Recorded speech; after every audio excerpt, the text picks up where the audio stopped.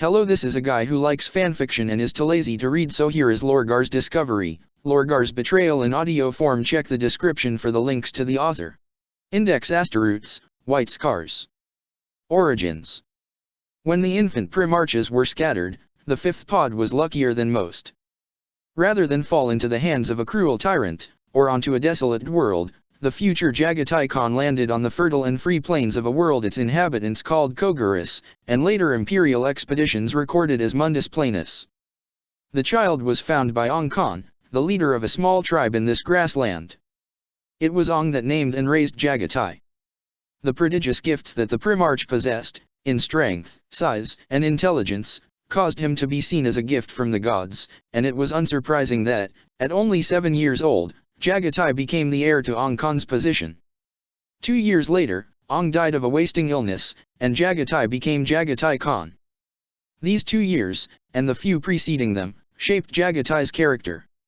On hunting raids, the fifth Primarch discovered his taste for combat and victory, and how to laugh as he killed.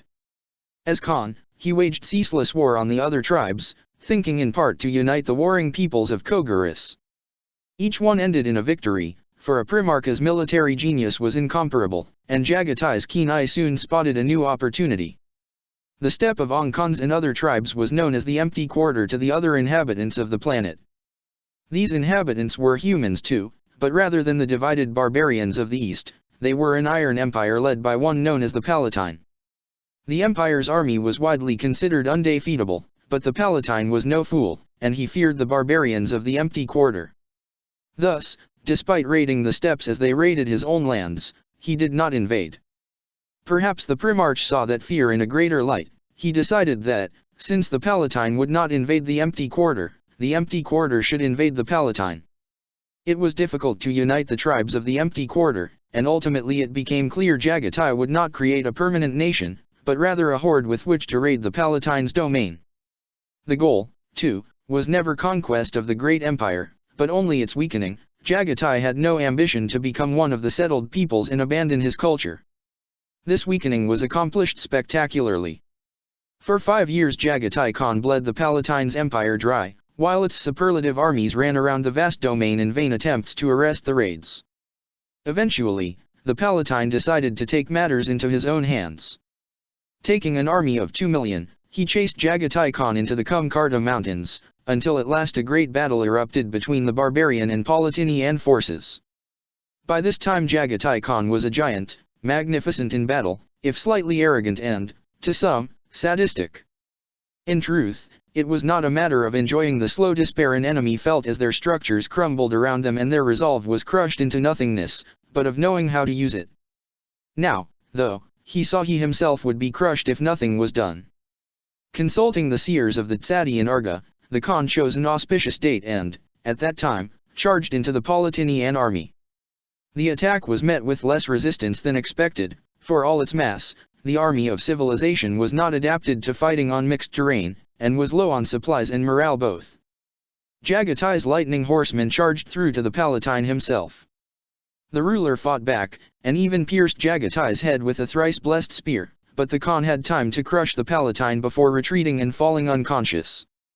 With news of their leader's death, the Palatine's armies were routed. Jagatai was healed, though his forehead received a pearly white scar from the devastating impact. The Primarch did not try to hide the wound, rather viewing it as a mark of honor.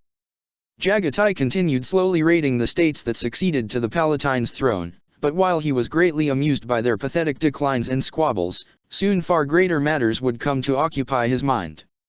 Soon, Koguris would be designated Mundus Planus, and nothing would be the same again. The Great Crusade. The Emperor's arrival on Koguris was planned.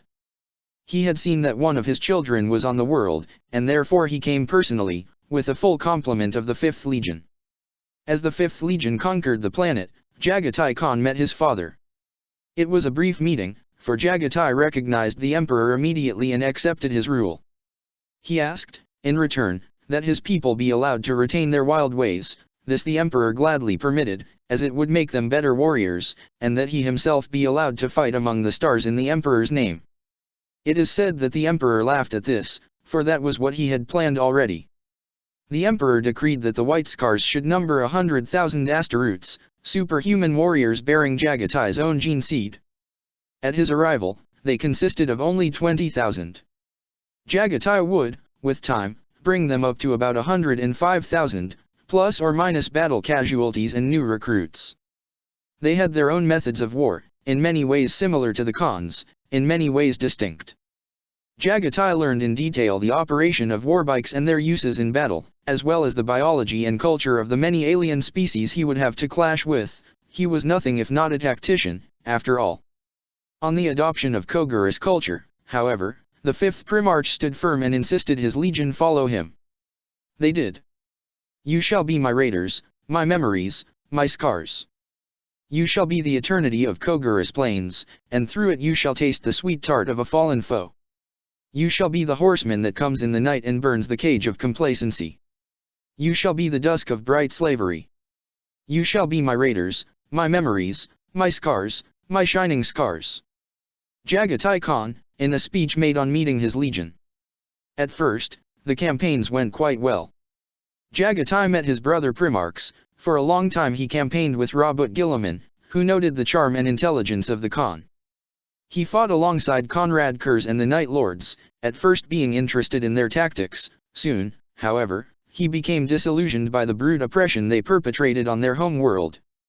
Jagatai's own had been left in the state it had been in on the emperor's arrival, warring feral tribes and walled city-states, but Kurz created a police state, with himself as the head. The Khan saw this as simultaneously trivial and immoral. Many worlds were taken by the White Scars during this span. Among them was the Eldar planet Uasiral, which was burned to the ground. Jagatai noted a high quantity of fascinating alien technology at the site. For a while, he attempted to figure out its workings, but war called and he was forced to destroy what he could and move on. The Khan noted, throughout his travels on Imperial worlds, some quantity of incongruities, unnatural patterns of belief and economy. Eventually, he learned of the reason. One of his brothers, going by the name of Alpharius, was inclined towards secrecy and was maintaining a web of loyalty throughout Imperial space. Alpharius had the full consent of the Emperor, and besides, when Jagatai met him, the former Primarch seemed quite amiable, thus good relations were established, a friendship that surprised many in the Imperium. Another fortunate encounter, met during the philosophical debates that often erupted between the Primarches, was Korix of the Raven Guard. The 19th Primarch agreed with Jagatai's ideals of knowledge and freedom, and understood the virtue of speed in war. From Korix's links to the Mechanicum, Jagatai himself became well supplied with technology. The Legion prospered. Still, Jagatai's passion, as he had learned on Kogurus, wasn't rule, but rather conflict. As the Great Crusade went on, he recognized, ever more clearly, that it could not continue forever. The galaxy was finite. And, what was more, the Legion's wars were increasingly driven by an imperial apparatus. The White Scars fought on the very edges of the crusade, far from support, just as they liked it. But the faster they took worlds, the faster they were transferred to the next system, to the point of being split apart into ever smaller battle groups along their path of travel. It was known that the White Scars had no desire to build, and that their victories were quick if disruptive, but that knowledge led the Imperium to disrupt the Legion. Jagatai, distanced from the Imperium and his brothers, responded with bureaucratic tricks of his own. He gathered the Legion around himself, and slowed down his wars, turning towards strategies of attrition of the sort he had employed on Kogurus, aimed at making his foes unable to fight. This resulted in planets difficult to reintegrate into an Imperium that had ruined them, in addition to the infrastructural damage being inflicted. On the upside, chaos cults blossomed. During this time, too, Jagatai contacted the Emperor on what was to happen once the Great Crusade ended. The Emperor said the legions would become enforcers in the new Imperium. The Khan, though, did not want to become a policeman.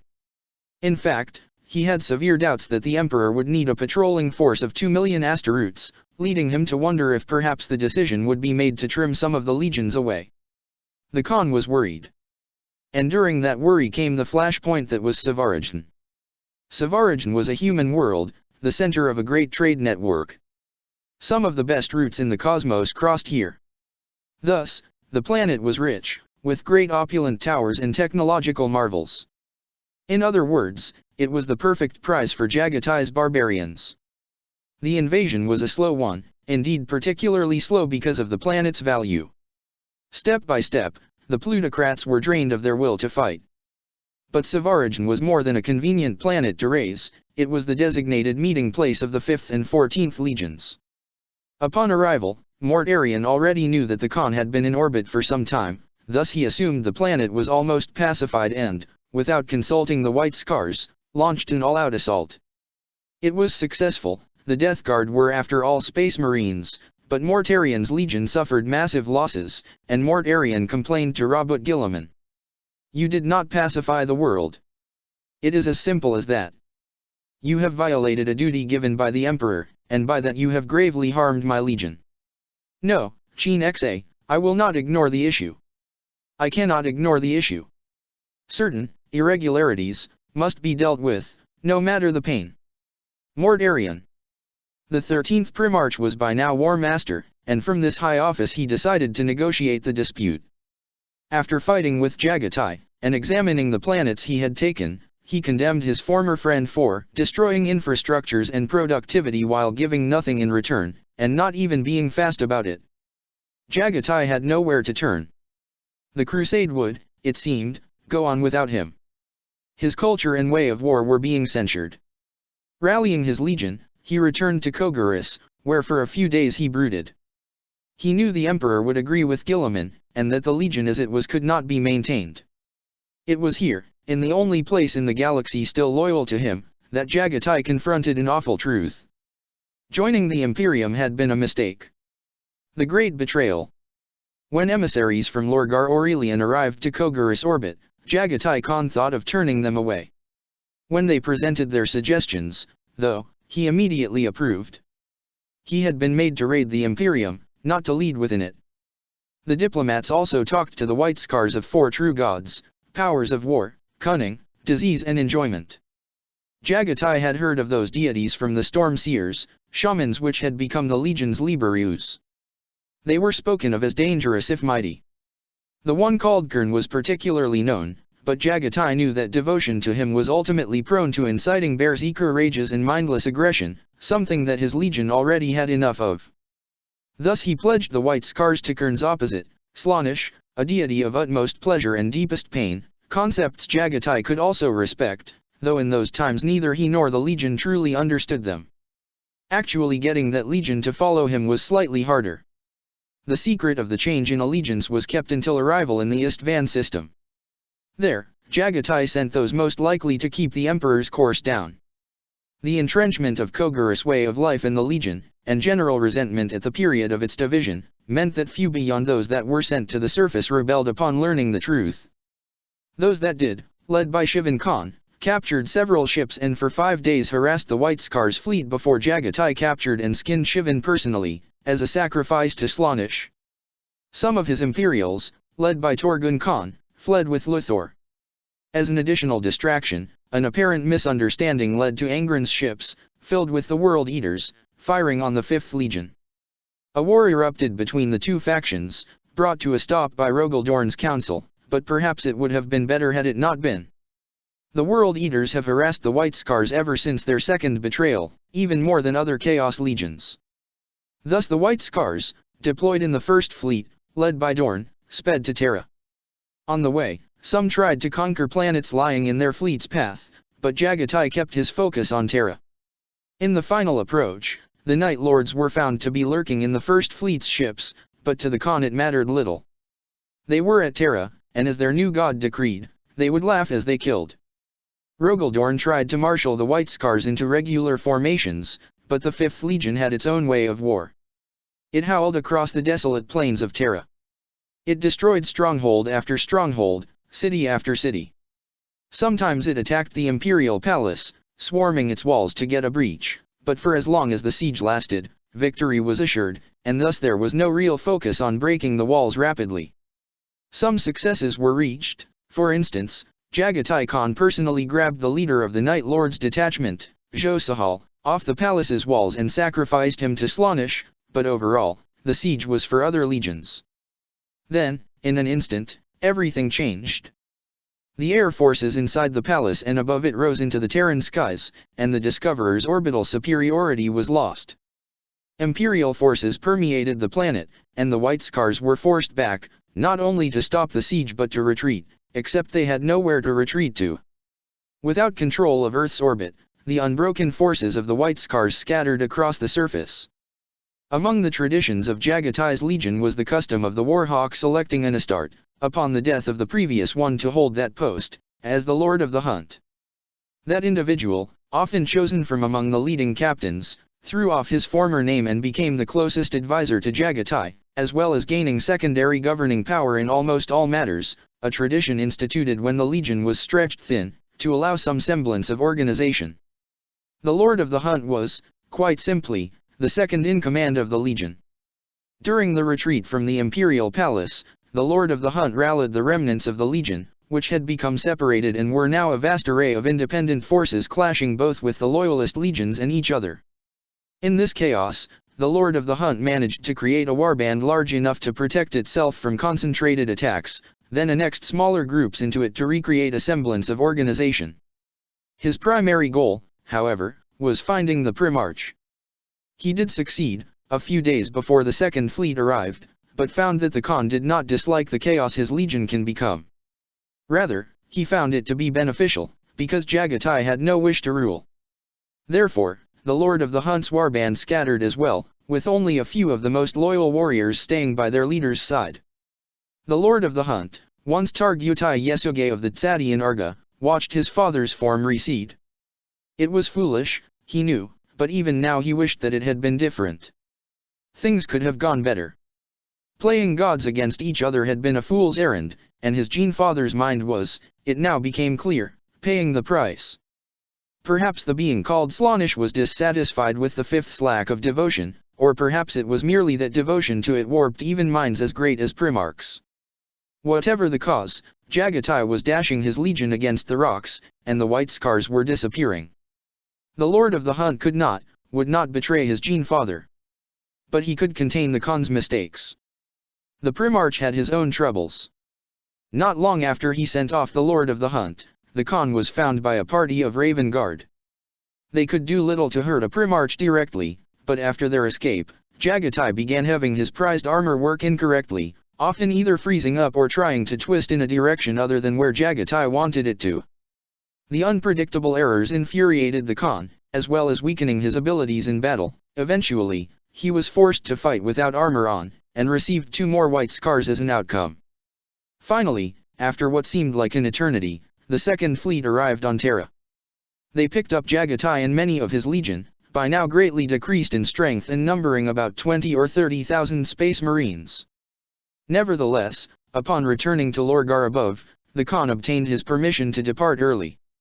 Some of his forces, led by the Lord of the Hunt, elected to stay behind and continue to fight on Terra, but the majority scattered once more, led by the Khan. They would be raiders once more, no longer a legion, but they would be feared by the galaxy. As for the Lord of the Hunt, he remained at Terra, participating in the Second Fleet's second attempt to crush the Emperor. After his death, along with those of Lorgar and Fulgrim, the White Scars joined the other Discoverer legions in taking some ships and fleeing directly to the Eye of Terror, a place where their safety was assured. It was a cowardly way out, in a sense, but one that kept them alive and expanding, thus making certain that the legion would have a future. The escape. Jagatai Khan's forces ran rampant over the galaxy for a time, but the Primarch himself, along with his Keshik bodyguards and less than 1,000 other White Scars, eventually returned to his home world. Koguris was doomed, Jagatai suspected, but at least he would save its ways to live on within the Eye. Moreover, he intended to work on restoring the legion's numbers. With the unlimited gene seed the Khan's blood provided, an intense recruitment drive was a promising possibility. But for the first time, Jagatai was not fast enough. When the Silver Scar, the White Scar's newly built flagship, arrived at Koguris, they found only a wrecked asteroid. Their home world had been subjected to 2-stage exterminatus, killed with everyone still on it. It is impossible to explain how furious the Warhawk was at this. He was angry enough to send some of his ship's missiles into the Koguris system's star for no reason whatsoever. Soon, however, the destroyers showed themselves. They bore the markings of the Luna Wolves, and at their head was the Vengeful Spirit, the personal battle barge of the Primarch Horus. A space battle erupted, but it was brief. Though the Luna Wolves had sent only a fragment of their strength to Kogarus, perhaps a fifth, they still outnumbered the White Scars 15-1 in ships, and 50-1 in asteroids. The White Scars vessels were wrecked, one by one, Horus' fleet not losing a single vessel. Desperate, Jagatai tried to escape, but even that was denied to him. A skillful lance strike by the Vengeful Spirit hit the Silver Scars Geller field generators, and as soon as the battle barge dipped into the warp, it was subjected to complete disintegration. Most of the crew was destroyed, but that was not the Primarch's fate. The weakened demigod was carried through room after room, each one birthing inside him great ecstasy and greater agony. The ones who bore his body seemed to be beautiful humans at times, but at others the Khan, drifting on the edge of unconsciousness, saw only indescribable horrors. At last the daemons, for they were that, denizens of the turbulent warp, brought him to a massive throne. On it sat a serpent-like thing, seeming at times male and at times female, but both sensual and repelling in every incarnation. The Khan recognized the figure for what it was, his god. Jagatai was forced to sit on a smaller throne, adjacent to that of Slaanesh, and from there, unable to move, he watched. He watched his beloved legion be dashed to pieces against humans and other asteroids. He heard Horus laugh as he killed his greatest captains. He smelled fear among his forces, but also joy at being challenged. He sat on the throne for 1,000 years outside. Inside the sanctum of Slaanesh, it is impossible to tell how much time passed, though most likely more. It is clear only that the long isolation let Jagatai see the truth of what he was doing and break the bounds between pleasure and pain. Positive and negative emotion fused into one, and when Jagatai descended to the Lord of the Hunt in early M32, his form had changed into that of a bike with 5 heads dangling from its seat. Another looked forward, replacing the handlebars. "My sons," Jagatai said upon his return, "we have won the long war. The White Scars have proved throughout the millennia that, when their daemon Primarch proclaimed that, he had been right. The Discoverers had failed to destroy the Imperium, but the White Scars achieved their aim. Always fighting against any existing authority except that of their god, they now had a wonderful enemy, one that was neither too powerful to contest nor too weak to be a credible threat. Such was the case even in the millennia immediately following the betrayal. On Grendel's world, the White Scars killed the Night Lord's Legion Master, Naraka. On the wild planet of Kondax, they looted no less than 7 space hulks from the local orcs. The 5th Legion, though it no longer functions as such, is still a dangerous force, feared throughout Imperial space. Among the most significant campaigns over the millennia was the M35 Sabbat Worlds War. There, 3 factions clashed: the forces of Slaanesh, led by Osnik Khan, known as the Doom Rider; the forces of Kern, led by the Daemon Prince Sabbat, at the time the area's ruler, and the Eldar of Bealtan, seeking some unknown artifact. The White Scars not only killed the Eldar expedition wholesale, sacrificing their spirit stones to Slaanesh, but also took over the 300 Sabbat worlds for about 2 centuries. This period did end, but that end did not come from a military invasion. Rather, the Doom Rider grew bored and abandoned the Empire. Since then, the Doom Rider has won much renown among the White Scars ranks, though his lack of interest in the material has set him aside from most White Scars. His aim is the spiritual and the emotional, and it is unclear why he has not been promoted to Daemon Prince. Osnik Khan sat on his jet bike, smoking. He saw a great face, a face half male and half female, appear to him. It seemed to grow closer, and on it appeared a token. "No," Osnik said. He was pledged to another. His fingers touched the 8-pointed star on his chest, and within it the invisible rune of Kern. The apparition disappeared, as rapidly as it had come. Osnik paused. The visions were getting more frequent, now. But it was too late to regret choices that were not made to be regretted. The cigar fell out of his mouth, and the jet bike roared to life. The Lord of the Hunt reigning now is the same one that dominated the Legion during the Discovery War. He remains within the Eye of Terror, but is known to command a fleet of ghost ships, including the infamous Celestian. These travel Imperial space, crewed by daemons and mental links to some of the Lord's followers. Their mission is to land on planets and take their treasures back to the Eye, and though weak in battle, their element of surprise and robust construction has made them a real menace to the Imperium. An example of a recent White Scars campaign was the cleansing of Herodian 4. The world was taken by a gene-stealer infection, and the planet's inhabitants sent out a distress call, but the Imperium is not the only faction to monitor the warp. The arriving White Scars eliminated or captured the gene-stealers, though that took a long time. Moreover, they captured most of the planet's population and abducted them into slavery. The Imperial Army did arrive, and did achieve superiority of orbit, thus the majority of the White Scars were trapped. Thus, the Chaos Marines forced a captured gene-stealer leader to breed and produce a new species child, which succeeded in summoning the Greater Hive Fleet. The Navy did save the planet from the Tyranids, but in the confusion the White Scars, and, unfortunately, many of their slaves, managed to escape. This underlines the volatility of the V-Legion. They do not hold much territory, they do not rule. They are a raiding force, an alliance of barbarians working to destroy civilization under the direction of a thirsting god, and in many cases succeeding. Organization.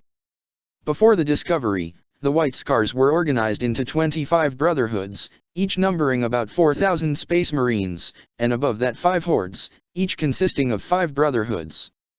Since then, the lines have become blurred. The Legion has regrown from the devastation of Terra, and now numbers approximately 70,000 asteroids, but the scattering has left the Legion consisting of a disorganized mass of warbands. Some patterns can be seen. Many of them revolve around the Lord of the Hunt. He owns a personal corner of the Legion, the hunting companies. These number about a tenth of the Legion's strength, and consist of 10 companies devoted to raiding within the Eye and 10 devoted to protecting the White Scars' property. The rest are sheer packs. The largest is led by the Doom Rider and numbers about 8,000 asteroids, but even single space marines controlling the firepower of a spaceship pose a great danger. There are no sorcerers among the White Scars. That post is taken by Storm Seers. Unlike their psychic brethren in other legions, Storm Seers tend to view chaos with suspicion. They rely on ancient, tribal sorceries, and despite worshipping Slaanesh, tend to be some of the Legion members more distant from the deity. On Kogarus, Jagatai Khan was very close to the Storm Seers, but since then the Psykers' importance has waned, except in the hunting companies. Conjoined with this is a decreased recruitment of Psykers. The Storm Seers constitute perhaps 1% of the Legion's strength, or even less. Some of their roles have been filled by the Storm Piercers, though the order is also small, 2% of the Legion, or thereabouts. These were at first a splinter sect of the Storm Seers devoted to summoning daemons. Now, the vast majority of them are non-Psykers. Storm Piercers are devoted to the power of Slaanesh and no other, often taking leadership positions in warbands or allying with them to ensure they remain faithful. At the very least, they are always the ones to perform ritual, agonic sacrifices. The apothecaries do not fill that role simply because there are too few of them. Most warbands, recognizing the position's importance, have given each of their members some apothecarian training rather than singling out one target. Only the hunting companies maintain separate apothecaries, approximately 10% of their strength. It is to the hunting companies that the warbands come in cases of severe injury, or for passing on gene seed. They function as arbiters, in a way. The Tech Marines can also take that role. There are lots of them, 3,000, plus or minus a few hundred, and they are organized. Though Mars was kept by the Imperium during the discovery, outlying Forge worlds turned to chaos in large numbers, and from their technical knowledge, Jagatai himself has assembled an incredible dark forge rivaling that of the Salamanders. Despite the Khan's proudly uncivilized nature, he is quite fond of new and improved ways to kill one's foes. Ah, my brother from the first. I am afraid I must decline your offer. You see the warp as a tool to achieve the goals of technology, you see. I am more in support of using technology to achieve the goals of the warp. Tech Marine Tarisk of the V-Legion. Combat Doctrine. The White Scars rarely defend what they have taken. Only some of the hunting companies stand on fortress walls and obliterate the enemy with blasts of death from mighty cannons, and even then, the territory the Lord of the Hunt keeps is kept intentionally loosely. The rest of the Legion wanders the galaxy in packs, warbands, each of which can rely only on itself in its struggle for survival and entertainment. A White Scar raid is not typically preceded by orbital bombardment. Rather, the Asteroutes land, complete their objective, whether an object or individual to retrieve, or some act to carve Slaanesh it know the planetary psyche, and leave. In the late stages of the Great Crusade, the V Legion became fond of attrition and slow, demoralizing victories. Those are rarer nowadays. Instead, drop pods rain down from the sky, and the Asteroutes emerge to plunder whatever terrain they land in before taking back off. Bikes are common, as much as they can be transported through drop pods or other insertion methods. Demonic steeds are also often used. Close combat weaponry is more common than ranged, as it is more useful for intimidation and more pleasing in the act of murder, but ranged weapons are still used in large numbers, especially novel types causing greater pain. Sometimes, the 5th Legion does assault a planet or sector slowly and in force. In those cases, a long series of raids is staged across various locations within the target. These are followed by an overwhelming assault at the enemy's center of communications and government. The remaining foes can be picked off at leisure. It is significant that, in such cases, the White Scars often hold the territory taken, at least for some time. They are not fleet-based, after all, they have a homeland, even if it is a shifting one that wanders around the Eye of Terror with the hunting company's marches and flows, destroying what it meets and leaving it to the next great conqueror when he comes. Homeworld. While they were an Imperial Legion, the White Scars based themselves on the verdant world of Kogaris. It was a bright world, with brilliant azure seas unspoiled by industrialization and unblemished viridian steppes. Above, mountains of chalk towered. Mechanicum expeditions reported Kogaris did not possess extraordinary deposits of any ores, but even if it had, Jagatai would never have given his planet up. In fact, it is likely the Adepts' decision not to try and mine the body they, insistently, called Mundus Planus was the only thing that prevented an enmity with the 5th Legion. After Kogaris was destroyed by Horus, the White Scars built their new base in the Eye of Terror. At any given point, they will occupy a few dozen daemon worlds, usually ones devoid of significant resources but located in strategic positions. Currently, Gajanek, the planet of pleasure, serves as the basic home base of the V Legion. It is a festive world, dominated by the Dome, a massive hemisphere covering a quarter of the world that serves as a palace for the daemon princes of the Legion and a home to their attendants. The Dome is encircled by a ring of spaceports and homes for most of the Legion, and the rest of Gajanek consists of a black ocean that traps those who stumble into it for years before releasing them, mutated with the blessings of Slaanesh. It is considered a ritual for young legionnaires to journey into the ocean, a recreation of Jagatai Khan's ascension. Beliefs. The White Scars believe in the true gods, and have devoted themselves to the worship of the god of pleasure and pain, Slaanesh, as well as obedience to it. They see themselves as merely souls striving for that achievement of positive and negative emotions, though in truth they usually bring pleasure to themselves and pain to all around them. Life is short, so enjoy it, is a common maxim among the V Legion, and they embrace it wholeheartedly. Slaanesh also guides the Legion, serving as its true leader, though due to the diffuse nature of the Chaos Gods, even the most slavishly devoted warbands might come into conflict based on differing interpretations of its demands. The White Scars do revere their Primarch, seeing Jagatai Khan as above them in every way, but at the same time, somehow, as the first among equals, in a way quite unlike their god. In general, however, the 5th Legion is not one of philosophers, and thus such lack of logical clarity is let be. Gene Seed. The gene seed of Jagatai's Legion has suffered from some deterioration and mutation from the crude passage of years. No single organ has stopped functioning in every marine, but many have been lost in each individual line. The Khan himself still uses his blood to create new marines, due to his demonic nature, though, this process is unpredictable and rife with mutation. Battle Cry. Before the discovery, the Legion's battle cry was, for the Khan and the Emperor. Modern variants include, for the Khan and Slaanesh, or simply for the Khan, as well as completely new inventions such as, with joy and pain. 999.m41. Jagatai Khan sped along the plains of Gajanek, thinking of scars. He had acquired several, over the centuries of war, and in that time within Slaanesh's palace, during his rebirth, those were the only things that remained constant. They still ached, dully, even after real space had moved 10 millennia. But that was not his actual focus, now. Rather, It was the completion of Gajanek. Every aspirant who had gone into that black ocean had left some of their soul inside it, and now, the entire world was not just demonic, but a composite warpray all-space consciousness, almost self-aware. The last ingredient would be him. It would be endless sensation, to be a world. Normal daemon worlds, even when sentient, were never fully awake.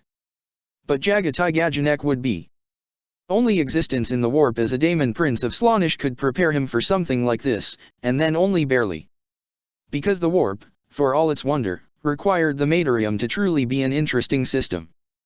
Because if he was emotion, then he needed more to be emotional about. His reasons for this, indeed, were entirely selfish, though they also involved the strategic possibilities a truly living planet could unlock. After all, he had come to Slaanesh due to war.